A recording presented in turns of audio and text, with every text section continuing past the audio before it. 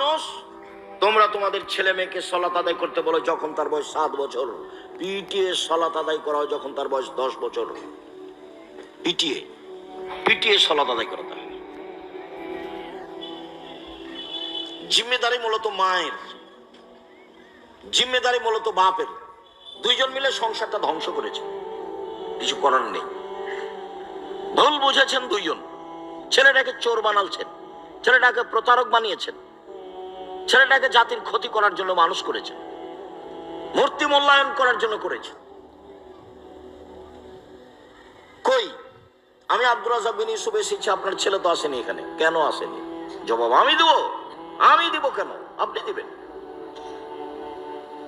কই আপনার মেয়ে তো আসেনি, বাড়িতে টিভি আছে, বড় মোবাইল হাতে আছে, নিয়ে বসে আছে। ওই ঘরে মেয়ে আছে, জেনার চর্চা করে, ওই ঘরে ছেলে আছে, জেনার চর্চা করে।